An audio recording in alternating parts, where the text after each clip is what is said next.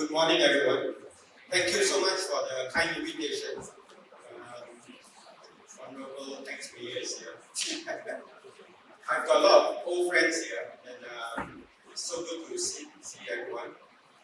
I don't know if you all know, but Wai, it was my classmate in Deakin University. And in the blink of an eye, after COVID, this year I'm 60. Can you believe it? The important thing is, 6 years later, we'll still see each other. I just want to thank DML because I understand they sponsored this. I'm not allowed to promote products, but they are a good product. I've known them for many years. If those of you who have seen my office, we were probably one of the first to use their louvers as a second skill. And I think when you look at using louvers and so on, don't use it as a decoration. Find an architectural appropriation for it. And a second skin is actually a very good GBI compliant thing for screening and for solar protection. Our first office, we actually used EML, but at the time we were using metal. Then my second office, we started to use aluminum. So in some sense, and it's 20 years old now, and they are both still performing perfectly all right. But I just want to thank also Mr. Chong. Kyo is his son, Skyon of the Empire. When we were doing the PAM Center, just a bit of introduction. When we were doing the PAM Center, and the architect, the winning architect, had these box louvers, and the budget, architects were not very rich. Blew the budget, so I had to find a solution. So I called Mr. Chong, and just now he said that we are like duck and chicken because I don't speak Mandarin and my Cantonese is shit except for backwards. And he was talking, I don't know what language, and I was talking in English. And the only thing I remember was I told him our budget is 500,000, and he said, "Okay, Dr. Tan, we do it." And that's how it happened. And PAM Center is GBI Platinum. It's the home of GBI, and it stands as an example of cooperation between a specialist and architecture institute. So I think they are a company that you can rely on in terms of design. And the PE thing actually came from the box university, I'm not sure, because T.Y. Lim was our engineer and was anal about making sure it would fly off. And we had to get PE endorsement and so on. I think it was the hardest 500,000 for him to get. But in the end, I think it's a living testament to cooperation between specialists and the architects. I'm so glad that they have, I think they started very, very small. Today, look at the brochure, incredible. But in the sharing, people thought I don't pay attention, but in the sharing just now, I was very interested in the performance louvers. And I opened the brochure and I couldn't find the brochure. Because this is quite groundbreaking. We want louvers that give you almost 100% air penetration and ventilation, but at the same time, don't let in a single mist of water. And I'm really thinking I've got multiple uses for it. I can build a house with it. I can actually build a house in a durian plantation where there's no dust and nobody sprays pesticide. I can actually build a house with just full louvers, provided the price is cheap. Okay, thank you so much. I think today my talk is, so you want to be a professional. I'm not going to spend much time on professional practice because I believe you are all very professional. But I'm going to spend some time on the stakeholder fee system. But my first introduction on professionalism, I'll just quote what Dr. Kimpton Liu said to me in a lecture almost 35 years ago. And he said that the difference between a professional and an amateur or an unregistered architect, there are a lot of said the difference between a professional and an amateur is like an assessing. And this is quoted by him. I was quite surprised when I was very young. I was almost a virgin then. I wasn't married yet. So he said that if you want to hire an assassin to kill your wife, you would hire a professional. Because if you hire an amateur, one day you're walking around to your wife and then he accidentally shoots you instead of your wife. That's why you hire a professional. So I never forgot that as a definition of what a professional is. That when you hire us, you will get the job done. We won't shoot the wrong person. And I think that's a very important thing to start with of what a professional actually is. How many have used the LAM-BOS system? How many know about it? And there's a general circular issued on the 20th of December. Okay. Everyone needs to know about it because it's the law. So, allow me to I'll just tell you how this thing came about, and then later on, Mr. Chang, who's a senior general manager with PricewaterhouseCoopers, PwC, will explain the system, how it works. I'm going to read it out because there's a bit of it's 20 years ago. Okay. So in 2004, the Prime Minister called for the replacement of the issuance of CFO by the local authorities with certification by professionals. The intention was to improve the efficiency of the building delivery system. So the Prime Minister at the time was still those of you who have been around long enough will have remembered. Tun Ahmad Badawi was an interesting man because his brother was a property developer. Not many people know that, but he understood fully. Sorry, are there any people from local government? To you, and the feedback he got was that local authority was hampering progress. Not in Penang, but then especially at the CFO stage. And I was a small property developer as well. I've always done development. I had a case where we finished a whole condominium 15-story, and at the time the tiling was only 7 feet. And all the roof plans were 7 feet. When they came for inspection for CFO, the officer said it must be the ceiling. And I thought, wow, bad works, we already finished everything. How to do bad works again? And you know how things get settled. So in the end, it drag on, and then we finally got the clearance. So I was a living example of how the CFO was used to hold us back from final delivery, even though we had complied fully with all the roof plans. So Tun Ahmad Badawi at that point said that, and Ong Katik was the Minister of Housing. It was an alignment of all the key people, and Ahmad Fuad, who was later Mayor of KL, he was the KSU of KPKT. We had people who wanted to do change, and it was something that was quite incredible. 2004, so the concept of Lembaga Architect Malaysia acting as a stakeholder for the architect's fees came with the introduction of the CCC for all buildings by professionals. Consumer groups and the Home Buyers Association had raised their concern as to the independence of professionals to issue the CCC and the potential for conflict of interest as the professionals were paid by their clients. The main consumer group, besides HDA, there was a consumer group from Penang, headed by a very honorable gentleman. I can't remember his name, he was passed away.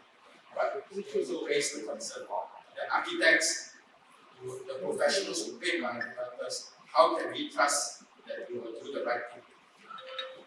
So the proposal for a deposition of the architect's fees with an independent third party was seen as an acceptable way to overcome this whilst also improving the public's perception as to the independence of professionals. This was based on the premise that professionals will be able to act more independently when the matter of fees and the fee payment from the client is taken out of the equation. This proposal was included in LAM's position paper as well as in the numerous meetings and presentations made in the development and implementation of the CCC. So what happened was, we had to amend a series of acts. I think something like 7 acts to change from CFO to CCC. And it really went through cabinet, then it went to parliament. And 2 members of parliament brought up this objection based on the home buyers and consumer group concern, and said that architects were in conflict of interest. At the time, our minister was Dr. Sami Vedu, who is also a PAM member and an architect. So the parliament sitting was adjourned, and then he called PAM, okay, and he called us together and said that the whole bill, the whole amendment was stuck because we have to answer this question: how is the architect independent? So at the time, the president of PAM was Paul Chu, and I was deputy president. So I got together a PAM committee, and we had this system for arbitration, which is where we use a stakeholder system. When 2 parties come together in dispute, we put the money with a stakeholder, which is PAM. So I felt that it was the right thing to do, that we have a stakeholder system so that we take the payment out of the equation so that they can certify independently. They are still architects are still in a position of conflict because they are paid by the client. But if you take the payment equation out of it, it helps a bit. Okay, so that was presented to the minister, and then we went to speak to all the industry partners. So in June 2005, I was PAM president. The proposal was tabled and accepted among members of the BIPC, comprising the stakeholders of the building industry, all the professional institutes, and also REGA, and also the Master Builders Association. In addition, the proposal was accepted by the Home Buyers Association. So I recall this meeting because I had taken on the PAM presidency after Paul Chu, and I called BIPC. BIPC was formed about 10 years before that. It comprises a meeting of all the presidents of the building industry stakeholders. And I recall it was before Puasa, and I called a meeting in PJ Hilton. Everyone turned up, and we got the minutes of that. Rita was also involved, and they all agreed that they wanted CCC to be implemented, and they thought the stakeholder system was the right way to go about it. Then I went to approach Home Buyers Association, and we also supported it. So it became something that the industry could accept. There was this consensus in the industry to implement the deposition architect's fees with a stakeholder. The proposed stakeholder with the necessary authoritative clout to implement this proposal would be LAM. On 28 June 2006, LAM and PAM submitted a memorandum to the Minister of Works, proposing LAM as the stakeholder for architects' fees to be claimed, deposited, and dispersed progressively according to work plan. So in tabling the amendment to the Architects Act in Parliament in December 2006, the Minister of Works brought up a proposal for LAM to act as stakeholder to overcome public perception on the independence of architects and the potential for conflict of interest, especially in the area of certification and the soon-to-be implemented CCC. There is a Hansard in my slideshow. Later, if we have time, I'll read up the Hansard for you of how Dato Sri Sami Vedu replied to a member from Sepute, Teresa Kong, and he stood up and fought for architects. And I think it's something that is memorable, and it's something that we should all keep in record. In early 2007, the Minister of Works announced the Ministry's support of the proposal for the deposition architect's fees to stakeholder and instructed LAM and the Board of Engineers Malaysia to prepare the mechanism for implementation. LAM's meeting with the Board of Engineers was held on 11 January and was agreed for a start for LAM to implement the proposal for housing projects. So once this was agreed by the Minister Then CCC came into force April 12, 2007.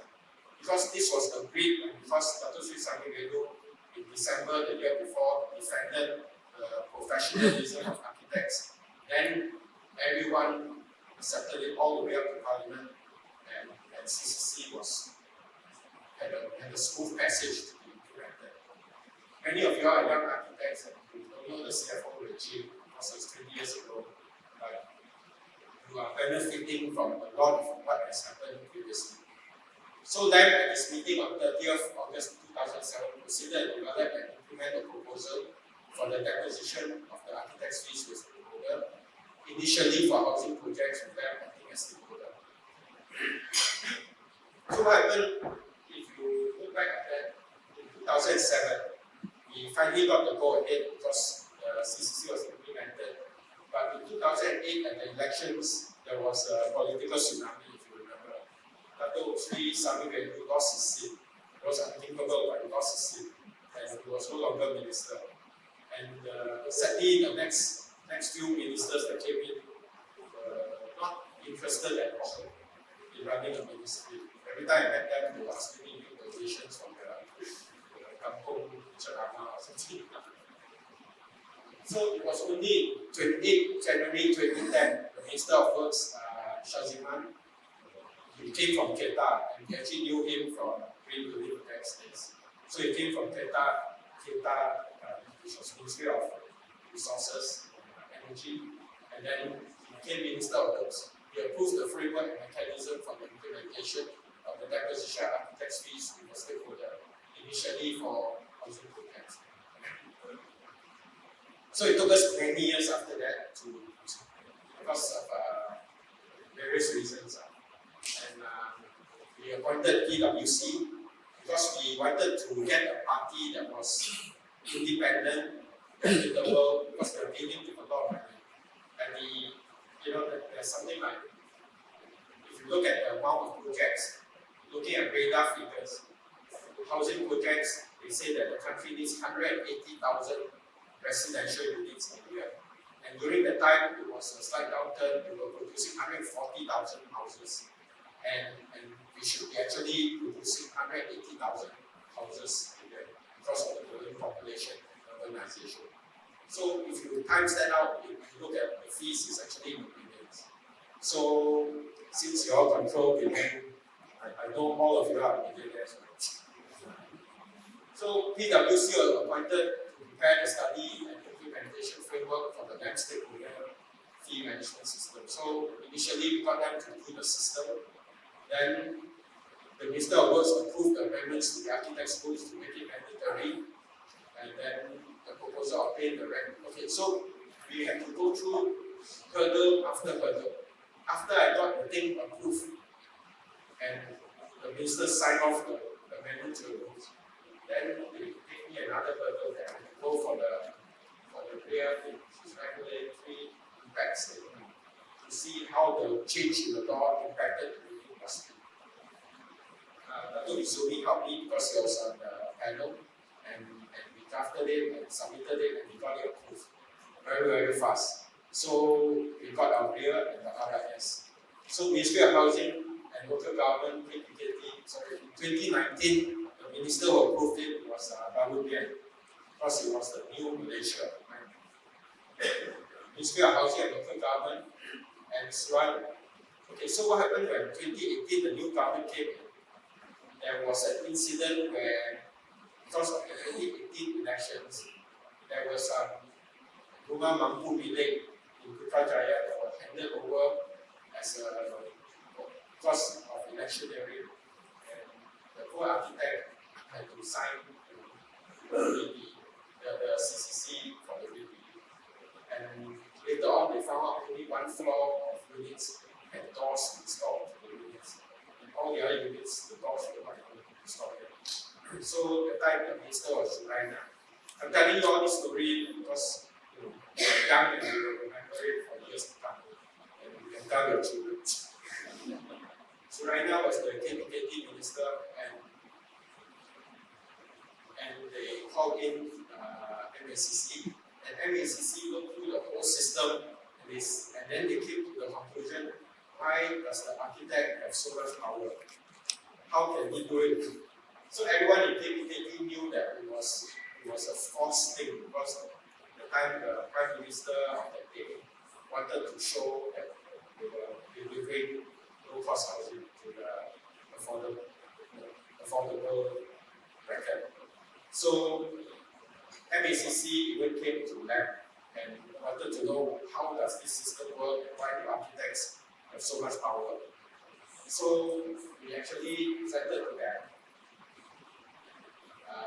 Okay, so Ministry of Housing and Local Government and MACC in 2018-19 has also requested for a system to be implemented as soon as possible to protect the interests of house buyers, and they kept updated on its progress. So when we showed them that we were developing the stakeholder system, they said that they can accept that, and that's acceptable. So in some sense, we were a bit slow in implementing it in line with CCC. Amendment to Architects Rules were approved on 1st October 2022 to give the option for the acquisition of fees. So this is the RIS approval. We'll give, my slides are available for another chapter.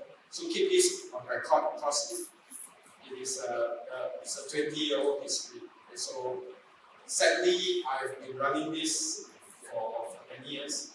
And there was a time when Chan Shangan was then president. I thought I could get out of it and pass to him. I didn't realize that it will drag on even longer than that. So unfortunately, it's taken so long that it's implemented. So there are now two options for conditions and engagement, and you can see, and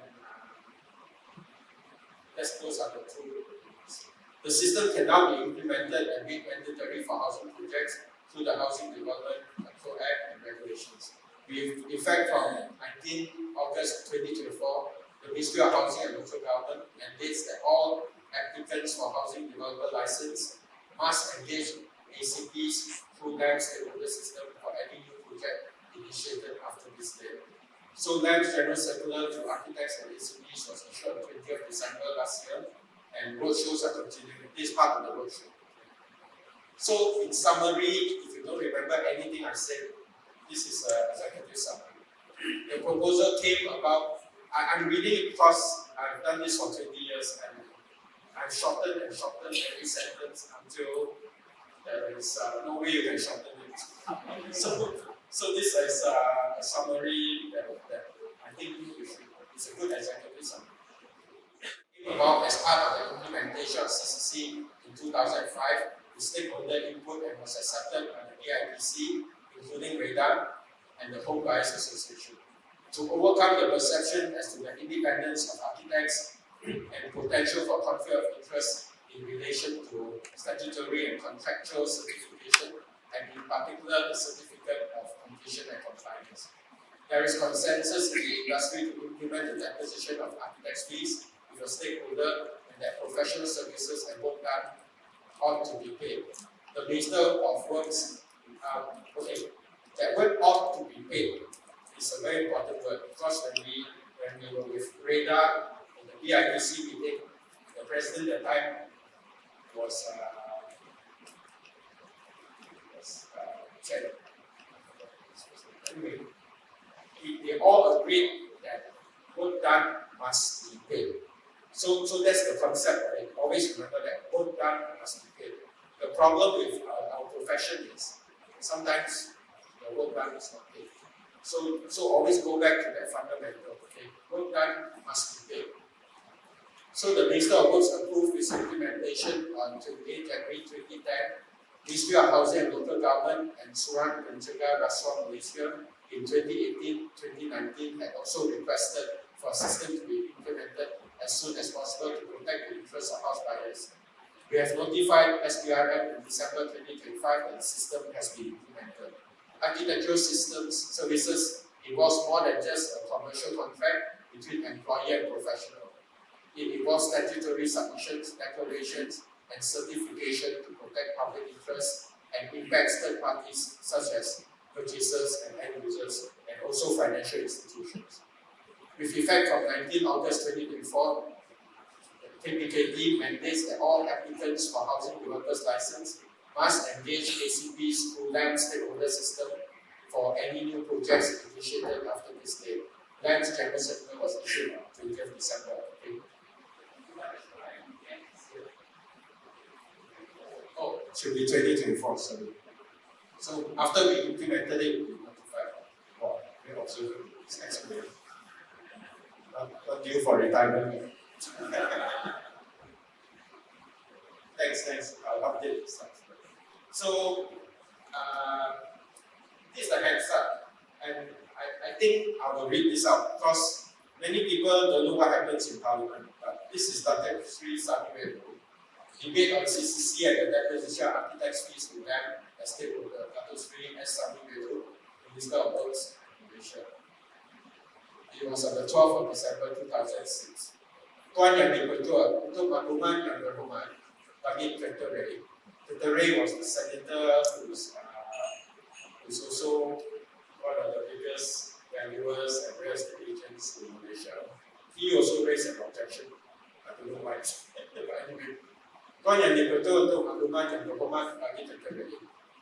Fee arkitek adalah berdasarkan satu skala yang telah ditawarkan oleh kerajaan. Diwartakan oleh kerajaan. So people still ask me about minimum scale of fees. And when we raised this with the current Minister of Works, he said, he's from Sarawak. He actually said, why you all have problem? All my Sarawak architects are very happy. And the scale of fees is already there. Why don't you all just follow it? Because we were saying that architects are struggling to get this minimum scale of fees. And he just answered and said, it's the law. Why aren't you all following the law? Then how do you answer that? When you sit back and think about it.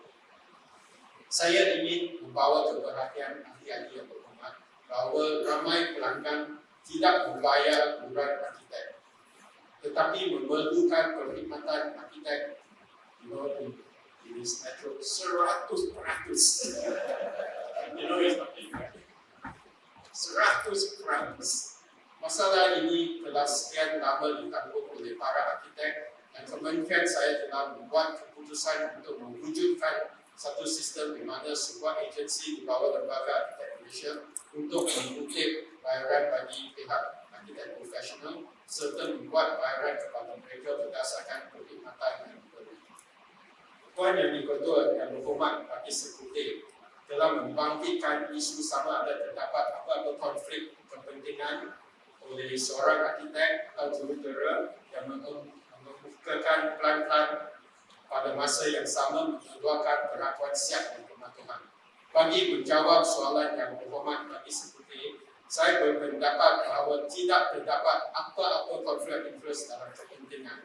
Dalam perkara ini kerana seorang arkitek mereka bentuk bangunan dan sebagai seorang profesional, beliau juga mengetahui segala selok-belok mengenai bangunan tersebut. Di samping itu, beliau juga menyedia secara berkala pembinaan bangunan dan bertanggungjawab mengawasi pembinaan bangunan itu bagi memastikan bahawa pembinaan itu mematuhi undang-undang serta selamat dan layak dihidupi. That was our Minister of Works in those days, and he was an architect and a member of LAM, and a proud member of LAM. And when we saw this hands up, a lot of us were not in Parliament when we debated it, and he stood up and fought for it. And CCC, you are all the beneficiaries of CCC. We have radar after 10 generations tell us that they never agreed to it, and I drag up all the minutes of the VIPC meetings. These are also for knowledge checker, and these are the approvals from the ministers. And this is the one where MACC held a meeting and we committed to do it. Okay, so now I'll just go into what the system is about and how it works. I'm borrowing from the slides from Architect Sabi. Like I said, I've been involved in this for 20 years, and what we're trying to do is to get a new generation. So Architect Sabi and Architect Joe, the new people, hopefully will carry the torch on this. Because when we start to implement it, there are a lot of questions that will arise. So I'm going to run through this as well. Sorry, it's a bit boring. I'd rather be giving a design talk, right? But these things that affect your business and my business. So, introduction to the stakeholder system, a centralized fee management platform managed by LAM. Purpose to ensure transparency, accountability in architectural fee management, address conflicts of interest and promote public trust. I already highlighted why it was important, and if we didn't even have it, CCC would not have gone through. Mandate mandatory for all new housing projects since 19 August 2024. Architect circular issued 20th December, system live on 1st January 2025. Primarily housing projects and option used for other types of development. Now there are other projects that have also asked commercial projects if they can come under the system. You can all use the system if your client agrees to it. You need the client's agreement. That's why KPKT is involved, because the developer now, to get the developer license, he signs an agreement with KPKT that a condition of this license to develop, I appoint an architect under this system. Some of you might not know that KPKT has set up a huge system which is capturing everything, including in future all the SPAs will all be under online. So I don't know why lawyers have not objected, because soon we will be out of the system. And actually, it's very funny, you know. The contract is spelled out by the law, and you still charge a fee for it. It's very funny. It should be like that. So our LAM-BOS system is integrated with it, so they can actually see if payments are made in the future. That's the general setup. I'll read this out. Sorry, but it's also very succinct because it's written by us to be very succinct. Pursuant to amendment to the Architects Rules 1996 on 1st October 2022, the 4th Schedule, Part 1, Form B, subparagraph, etc., provides for the architect's client to deposit the architect's fees in the board architects and stakeholder. With effect from 19/8/2024, the Ministry of Housing (PPKT) mandates that all applicants for housing developer license must engage architectural consultancy services through practices through LAM stakeholder system. KPKT will notify existing licensed developers to submit this declaration via the HIM system for new projects initiated under this existing license. Some developers have multiple licenses for multiple projects under one license. So when you go for a renewal of license, which is every few years, they will have to comply with this. But generally, the obligation under the general circular makes it mandatory for architects to notify your client. So I know we are all in practice, so sometimes it's very hard to explain to your client. So what I just do is I take this general circular, I send it to my client and tell them to get the legal department, make sure that the letter of appointment authorizes this. Otherwise, it's in breach of his license. When later, if the KPKT find out that they employed the architect for a housing project not under this system, because under the HIM system, they can find out. Okay, it will be linked up, the computer, everything is linked up now. Okay, in this age of big data and AI, the days of running text and all these things, they have come and gone. I have been audited quite a few times personally, and they know everything. Every piece of property you have, how much rental you collect, and which one has you sign a tenancy agreement, because stamping is now also online. Which one has a running stamping and which one doesn't have. And recently I had audit and this all this, you know, and you know the number of cars you have, what you use it for, etc. etc. Then the whole system now is integrated. So if a developer hires you and does not follow the system, you will be picked up very quickly. Okay, so when they go for the AP license, they will check and they say who's the architect, or is it registered with LAM-BOS system. So you have to do it. Now, a lot of architects find it hard to explain to the client. So what we do is we just send this general circular and tell them, please talk to your legal department, make sure that when you draft a LOA, you follow this. Okay, that's all you need to do. That's your obligation. So there are a lot of appointments recently where at times I'm not aware of it. So my partners used to ask me, doctor, and explain to them, it's like giving a CPD. So I said, no, they got lawyers, right? They got people who draft their legal contracts. So I said, just send this letter out. Same with the new funny design safety manager, CDM. That's the word of it.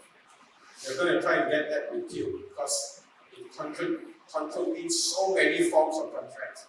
And whoever drafted it, I don't know who drafted it. So we're trying to meet with your minister, who I believe is a member of parliament somewhere in there, right? There, right? Thank you, Peter. We want to meet him. Because, okay, anyway, that's a different thing. Don't take on the board's position in this thing, okay? And we got clients who tell us, big GLCs tell us to absorb it under our scope. We just tell them, no need to argue, send the board's letter. You send the board's letter, they follow the board's letter. So the board's letter is that architects, we don't have the knowledge, you don't have the experience, you don't have the skill to take this one. So how can you push it to us when we declare straight on? We don't want to do it. We cannot do it. We don't know how to do it. I think sometimes it's good to be like, with your wife, my wife always say, who did this? I don't know. Sometimes the best answer, because when you start to argue, you're sure wrong. There's nothing wrong if you don't have the skill. You don't always have to be numero champion, Marvel hero, I will save the world. Because they are trying to push everything to us. And after that, contractors are scot-free, Accident happened, push it to a professional. Come on, we don't even have rights on the site. We cannot control his staff, we cannot control how his crane operator works. It has so many changa, all the rules and acts of the changa. And this thing, it just doesn't work. So we want to really repeal this thing. So the board very quickly send the letter out. So if your clients ask you to take on this role, just send the board's letter and say, silent go. Nothing wrong with saying you don't know. Don't always be a hero, okay? We all learn that, right? If you are a married man, you will know how to say that. Sorry, back to. Where was that? KPKT will notify existing of the appointment. With effect from 19, I think this one is very clear, shall ensure the appointment of licensed developers for their ACP is as per the memorandum of agreement and force schedule of architects, the scope of work, fees, and schedule of payment. If none is stated, should be in accordance to the schedule for basic architectural services as outlined. Okay, this system does not dictate how you negotiate your fees. Okay, it just goes on whatever is agreed between parties. But some people say, what if it's not following the scale of fees?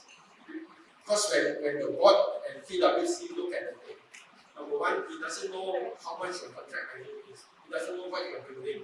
There's no way it can be, you cannot come down and say, wait, we charge below scale because we don't even know what the project is. And quite often you get appointed very early on. And the client said, I don't know whether I want to do service apartment or I want to do office or what. But he says, he want to appoint you. So sometimes, it's a very gray area. So what we have agreed with this system is that whatever you agree with your client, whatever schedule of payment, you want to pay monthly, you want to pay with a Rolls Royce at the end, you just put it down there, it doesn't matter. The system just honors what has been agreed. So some people also ask, must the contract of agreement LOA follow exactly what the schedule says? The law says that we must. Okay? So our answer is the law says we must. But in any case, the minimum requirement is that they must have a clause that says that we will utilize the LAM-BOS system. Okay, whatever it is. So my position is very simple. I tell my partners, send this general circular in and give it to the legal department. Make sure that they don't fall foul of the law. because the law is in place. And they will be caught when they go for their APPL. Okay. And this will be strengthened even further later. We are developing so that each project has a project number that we will in the future strengthen the system a bit more, because KPKT also want it to be strengthened. And it will also eliminate foreign non-registered architects. To do any DO or KM or BP submission, the number must be placed there. Okay, the LAM-BOS number. But we are developing that and we will be implementing it, because we don't want people selling the signatures. So later on, those who sell signatures, sorry for you, the money goes to LAM, and LAM will send it to the rightful ACP. So the rightful ACP, if you're selling for people, I guess you don't have to pay that. But it's something we want to eradicate, selling of signatures. Architect's fees in relation to a client's project should include all supplementary services, additional services as defined under the Architect's Act. Architect's scale of minimum fees. Upon its appointment, the ACP should register a project with LAM's online LAM-BOS system. Each registered project should be assigned a registration number. So this number is like a text file number. It will become, there will be a whole paper trail like that. Okay, so it's something that KPKT schemes also want to integrate with us. LAM shall impose a management charge amounting to 0.3% of the architect's fees by way of deducting from the fees due. So we are to pay for this system, we will charge the architect, we deduct 0.3%. The ACP is permitted to proceed with its service upon registration of the LAM-BOS system. Upon completion of each phase of work as outlined above, the ACP should obtain the client's written confirmation that the particular phase of work has been completed, accepted by the client. The ACP should then submit an invoice to the client, who should then make payment to them. The ACP should upload the client's written confirmation and invoice to the LAM-BOS system. I think to date we have 6 or 8 projects already registered. So things are really progressing. LAM-BOS system will issue reminders and notices as required upon them receiving the client's written confirmation, ACP's invoice and client's payment. Then will release the net amount due to the ACP. The ACP is required to notify them via the LAM-BOS system of any changes relating to the appointment for architectural services for the project. This includes any addition or omission to the scope of work, fees, schedule or method of payment, project status and appointment status, such as termination of services or suspension of services. It's totally flexible. If the project was condos and then suddenly changed to condo and there's an adjustment to your fee, you just have to notify the system as a standard form. So why we want to do that is because sometimes the client changes the scope and doesn't want to pay you. So this actually takes all that out of the equation. Later I will maybe do question and answer. I will explain a bit more. So just hold back. I know you've got a lot of questions. Upon completing the architectural consulting services for the project, the ACP should notify by the LAM-BOS system of the completion. Information on the LAM-BOS system is available and frequently asked questions. All of it is available online. So transparency, conflict-free certification, accountability, security. I just want to emphasize this is not a silver bullet. It is not a one solution. It will not solve. It's not there to help you improve the way you do your business. If you charge very low fees and don't make money, this system cannot help you. You have to figure out why you charge low fees and don't make money. It is not there to help you become rich, but it is there to avoid conflict in the future and to help you to claim your fees if you get into a dispute. Okay. LAM and PwC have created a manual about that. So these are the obligations. So during the project lifetime, change of project scope, final reporting, dispute resolution, document archiving. These are all important that we need to do. mandatory reporting, appointment details, project status updates, compliance standards, and notice for non-compliance. Where's the money cap? A lot of people ask us, it's in a separate stakeholder account and it's run by Maybank. Okay. So how the system works is that the fees go into the stakeholder. Okay, let me explain how the fees collection is. When you get appointed, number one, make sure the appointment letter has a clause that you will use the LAM-BOS system. So that's number one. That's all you need to remember. When you get the LOA, and how you address that is you don't have to draft a letter for them. You should include this now in your letter of appointment. Those of you all who have the office standard format, you have to include this in now. Okay. The bigger GLCs who have a legal department, big companies, you send them that most of them already know about it and have already entered it into your compliance. So you send the general circular letter telling them that you must appoint me for housing project, and for housing developer, you must appoint me under this system. That's your only obligation. Then when the letter of appointment comes out, you have to check that if it has that clause. Once you have that clause, you submit it to LAM. You scan it, submit it to LAM, and LAM accepts it. So number one, what LAM does is, it checks whether you are registered ACP. So if you are in legal practice, you will never be able to do housing projects. Okay. So the letter of appointment and gets deposited and you get a file number, a project number. Once you get a project number, when you start the first fee collection, let's say you like 15%, submitted KM and PO standard. So you submit. Now you need one step more, which actually was in the architect's rules before, which is called sign-off. Most of you all work with, you work overseas or work with American or European architects. They make the client sign off. Malaysia, we are too kind. We never get the sign off. So when you never get the sign off, later on, the project changed from bungalow to high rise. You want to claim your fee, the guy said, hey, I thought you were doing it for free. You know, and that's why architect is skill. So much abortive work. Come on, that's your sweat, that's your process in the office, and you're actually financing the developer. So I'm sure there are a lot of developer architects here. Please pay your architects properly for abortive work. Don't make them do stupid things. Clear of your brief. So anyway, so the sign-off is required. The sign-off statement is available in the LAM-BOS system.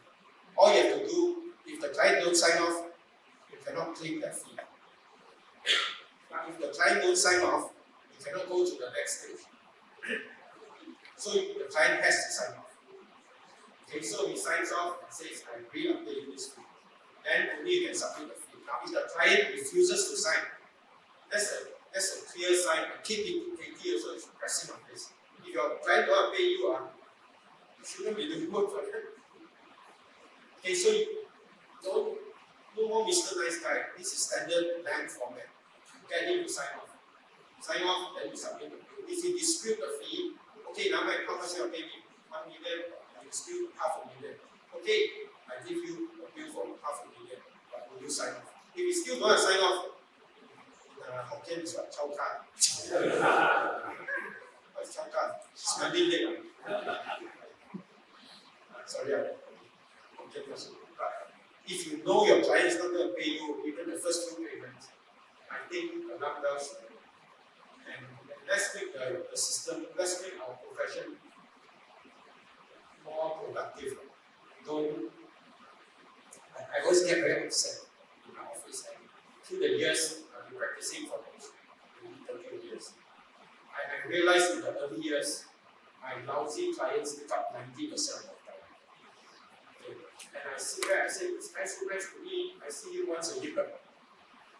And I start to look down my partners and staff. I said, let's spend time with the good clients because they deserve it. Those lousy corporate clients, they're not worth your time. Okay. I think those who are starting young practices will fall into this trap. Lousy clients take up 90%. Don't do that. Don't let us make all the mistakes. It took me 20 years to sift through that. And now RFPs. Everything is RFP. And I've been using every one of my RFPs because at the end it's the fee. So after a while, I realized that I take our design ideas and I started to realize what is illegal, but they are my regular clients. Number two, I told my office stop doing it. They're taking advantage of this. It's not worth our effort. And if everyone's sit back and you can spend more time in your durian plantation, you can spend your time with your children. You can do other things. Now there's online, you can sell your food. You can create something. Shit sells on the internet. Now Taobao has changed to English. So I'm also going to conquer the world. I think I'll sell maybe something to attract clothes. That one should sell. But don't give your time to that 90% and don't deserve it. And this system will help you. Because when the guy refusing to sign your first payment, your work done, you are about to submit KM, or you have submitted KM, and he still refuses to sign. All the alarm bells are ringing. This guy against money, is not sincere, and he doesn't respect us. So take note of it. Okay, that's what the system does. It doesn't help you become a better businessman. It doesn't help you to negotiate a better fee, but it helps you from not wasting too much time. Okay, and what happens is, and if you do the sign off and you submit your bill to this system, okay, the bill also goes to your client. The system, after a certain number of days, automatically will send a reminder to the client. You don't have to be the nasty guy. I know some of you don't have finance department to chase fees, because some officers have and some don't. The LAM-BOS system will automatically send reminder, and it goes online, and it says, this is due, this is due, this is due. Every time the reminder go up, the notice will go to the architect that the guy hasn't paid, the guy hasn't paid. After 3 times, the guy hasn't paid, he's not likely going to pay. Then you have to decide, do I still go and do this design development for BP submission, or I just sit back and then you have to decide, suspend your work, talk to the client, contrast something, or find out why he cannot pay you. So the system is doing the impolite thing. It automatically sends out the reminders. And if it still doesn't pay, you have to decide. You have the option to suspend your work under the LAM rules. You can suspend the work, say, you haven't paid me. Okay. Under the PAN form of contract, if the contractor is not paid, he can actually claim for extension of time. No need to terminate his service, you can claim for extension of time, which costs the contractor more. The architect, this is something like that. If he doesn't pay you, something is wrong. Talk to us. Tell the client, why you couldn't pay? You want me to lend you money. But talk to them and find out. And sometimes they say, oh, you're just waiting for this sales to come in. Then it's up to you. You make a decision. Then you send him a letter saying you agree to this payment terms. Inform the system. The system will just revert itself. It is AI on your. It is something to help a business in that sense. Okay, but it doesn't help you to become brave to ask for minimum scale. That one, you need to have something between your legs. Transaction will only be done with this account for privacy purposes. You need limited number. Okay, so Maybank is actually holding this account. For architects, secure guaranteed payments tied to completed work. Bear in mind, but if your letter of appointment says you get 50% upfront and your client agrees to it, you can get 50% upfront. Whatever you agree to. If you have signed a contract saying you only, because you are a very rich person, you only get paid upon BP, you will just follow the system. It will not dispute it. But if you don't put down your schedule of payment, it will automatically rely on the scale of fees schedule, the 5 stages that you take a part 3 and promise that you will follow. Okay.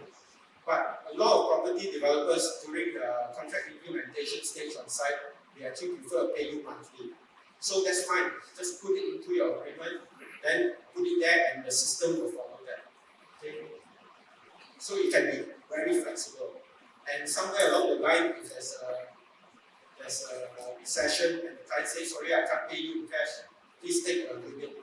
Just inform the system with the amended form saying that the client has paid me this fee, now the balance is only this, the new contract, or put it in writing.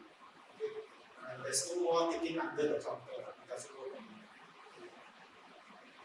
Transparent fee management eliminates client disputes. This one, if you go to SIPA and you have your client sign off, the SIPA case is 5 minutes. Sign off. You don't pay. You don't pay. Pay. Okay. The problem is architects never get the sign off. And then you keep doing. So please get the sign off. And you don't have to say that I'm being polite to ask the client. You say if you have requirement to move to the next stage. You say it. It's a LAM requirement. Show the LAM capacity. We are giving you all the backing. And if you don't use it, I don't know what to say. Okay. So it helps you in dispute resolution. Because and sometimes you will say, I think you will the whole system will show whether the repayment has been made. For developers, payments need to verify before progress, simplifies fee tracking and management. For the public, enhances trust in architectural certification, promotes professionalism. Inform client to assess the system that they will use LAM-BOS. So the developer is obligated to, when they apply for the developer license, why we do developer license rather than APDL? Because the architect comes on very early, okay? Even before the plan approval and APDL. So at the start, they have to already agree to a point. They don't have to state the name of the architect because they might not know. But they have to agree that when they appoint the architect, he has to handle the system.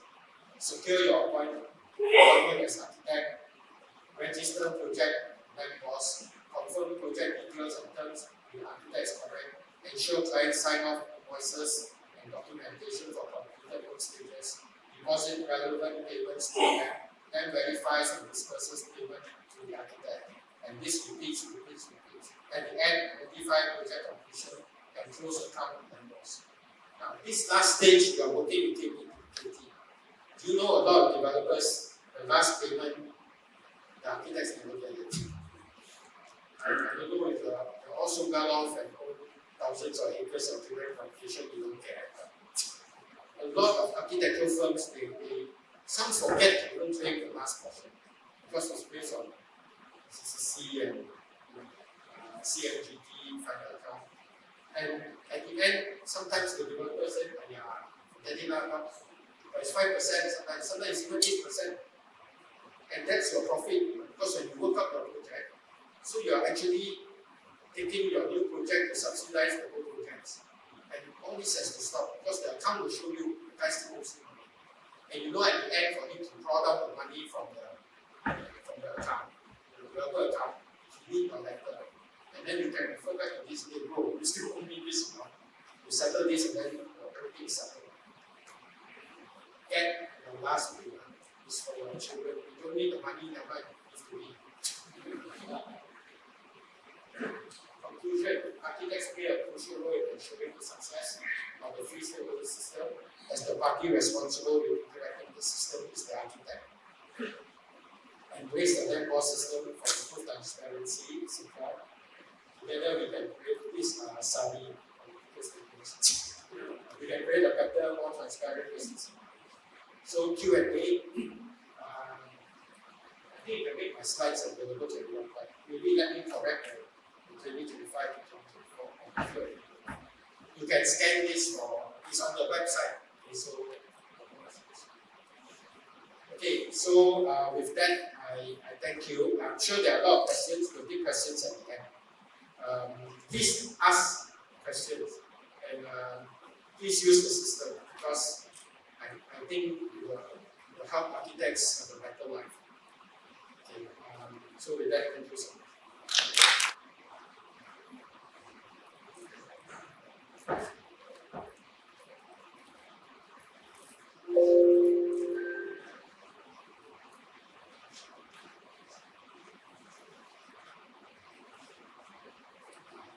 everyone. Thank you for the kind invitation to this event. And I always feel good to be because my hometown is actually in KL. So I'm currently based in KL for PwC position. So as the objective of the LAM-BOS system is to improve transparency and accountability, this definitely can relate to our PwC purpose is to build trust in the society. So perhaps I did a bit of introduction to PwC. So we have over 370k people across the globe, over 149 countries. Used to be 150, but after minor structure, that is 149. And in Malaysia, we have 3,000 people across 7 offices, 5 in Peninsula Malaysia and 2 in East Malaysia. So we have an office in Penang. It's number 19 at USP. I've never been there, to be honest. Okay, so people know PwC for our accounting services, auditor, tax, but in fact we also have service in digital such as AI, automation, and digital solution software. So this is one of our projects with Architect Malaysia for a number of years. Okay, so for my session I will take around 30 minutes, and after that we can do the Q&A session. And for this, we will talk about how long LAM-BOS system to assist them in managing ACP fees efficiently. So the ACP here refers to architectural consultancy practice. So it is not aluminium composite panel. Okay, I pay attention to this morning. So it is not the sandwich panel. But having said that, I found that sharing is fun, and then I back to KR, I will go to TRX to check.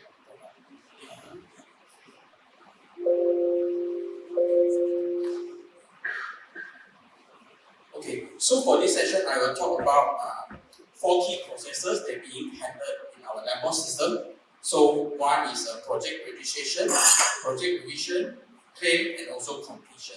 So each process has its purpose and why we do it in that way. So during project registration, ACP will need to submit project registration form to the LAM-BOS system, and when that being approved, it will then formalize LAM's role as the stakeholder. Okay, so this is the first step, the first step. The second is project revision, where when there is changes to the project information, such as payment schedule or even update to ACP or grant information, then you will need to submit a project revision for the update in the system.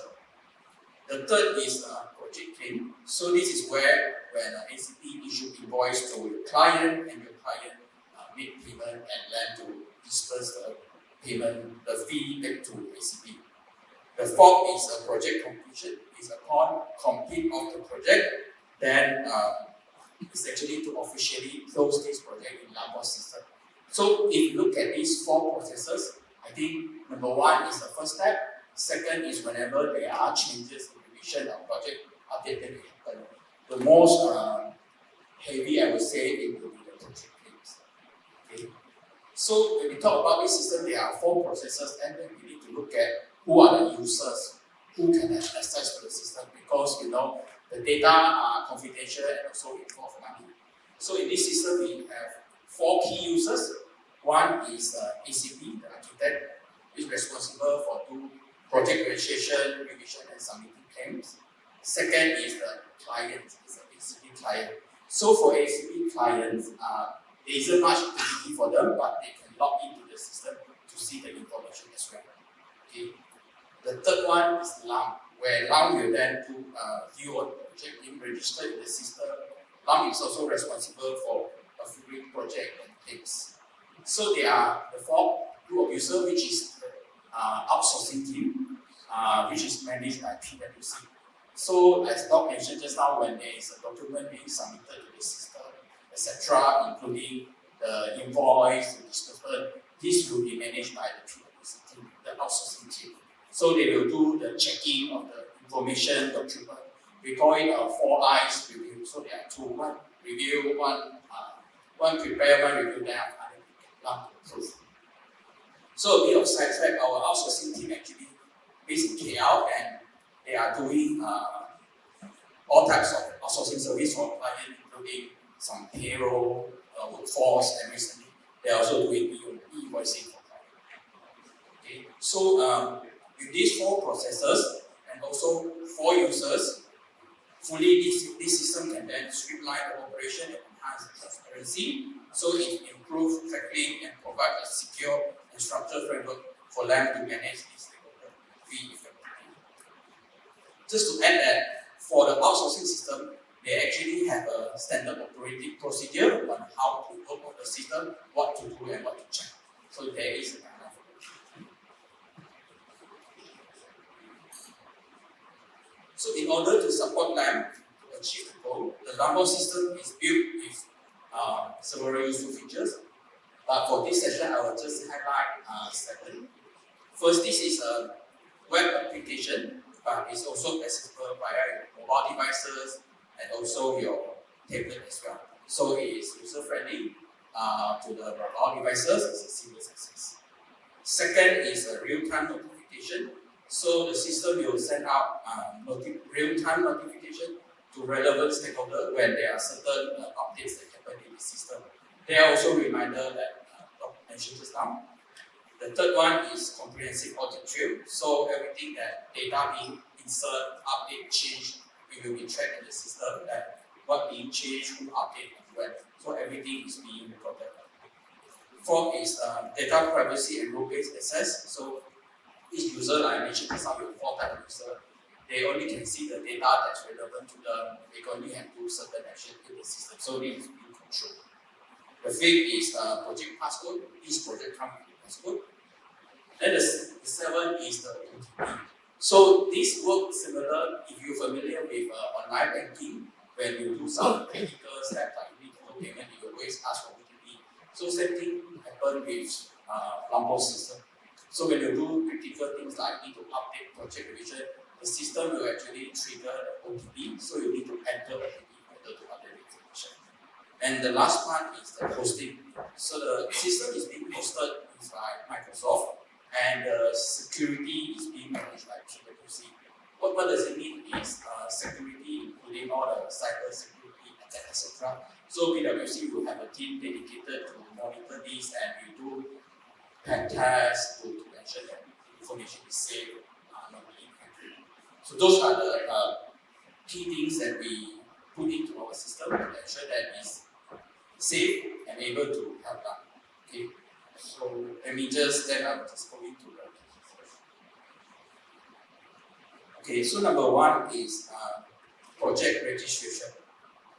Okay, so this is when ACP initiate engagement with them by submitting project detail. So ACP can go into the system to enter this project information.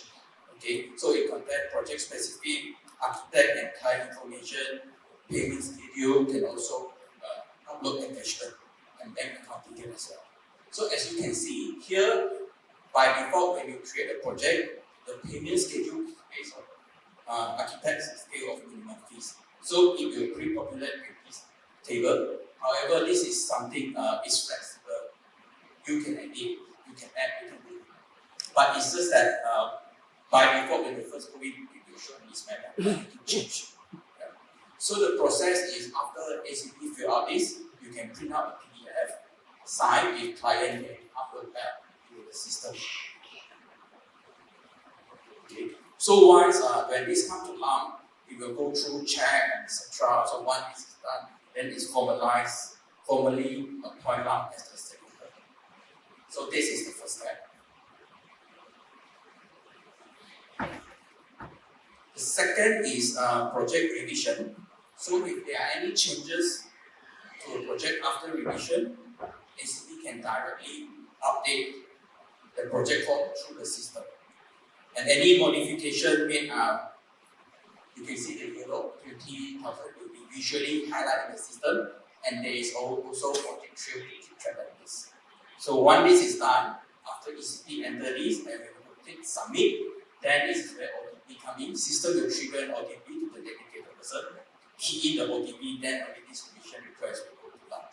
This is important because the revision can be include the change of payment schedule That's why we have this. So that is project revision. The third one is the project claim. Okay, so for this I have 2 slides. First is to talk about what it does. The second slide will talk about its processes. So when there is a project claim, ACP will submit the invoice and proof of payment for service rendered. Once done, verify the document payment process, and now will deduct the management fee before dispersing feedback to the ACP. Okay, so if you so for this page, if you are ACP, when you log in, you will be able to see that there is a tile doing summary of the number, and there are also records to show the details. Okay, yeah, client can log in as well, and they can always see the same thing, but they can only see the project where they are in. So that is the control. Okay, let's go a bit detail about the project. So it started when there is an invoice by ACP and a sign-off form by ACP and also client, then update to the LAM-BOS system. So LAM preparer and reviewer will process, review, and it will take do it within 4 working days. Probably less than that, but this is the SOP. After that, LAM will approve within 2 working days. So this is the receipt of invoice and payment. On the second, this is the receipt of invoice. The second part is the proof of payment. So once LAM update the proof of payment, ACP upload the proof of payment, LAM preparer and reviewer will then review the proof of payment, including the bank account within 4 working days. If that's in order and correctly, then we then do the provide the people within 2 working days and then disperse the payment to the ACP. So there are 2 parts of claim process. One is the submission of invoice. The second part is the submission of proof of payment. Okay. This is the part where the outsourcing teams are important because we have more eyes to do the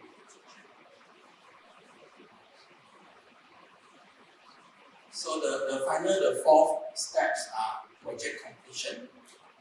To do this step, ACP will need to upload project completion form with the final invoice upload to them or system, and then it's the same process where the outsourcing team will check. And once the payment is being dispersed, then we will close this project from the system, and it's considered officially wrapped up in the system. Okay. So in short, there are 4 processes: registration, project registration, project revision, claims, and project completion.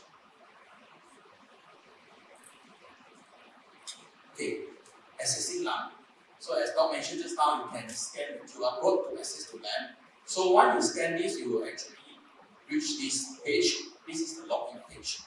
And beneath you have these how to videos, FAQ, user guide. So you do not need to log in to see this. You just reach this page and you'll be able to click this and check on the user manual.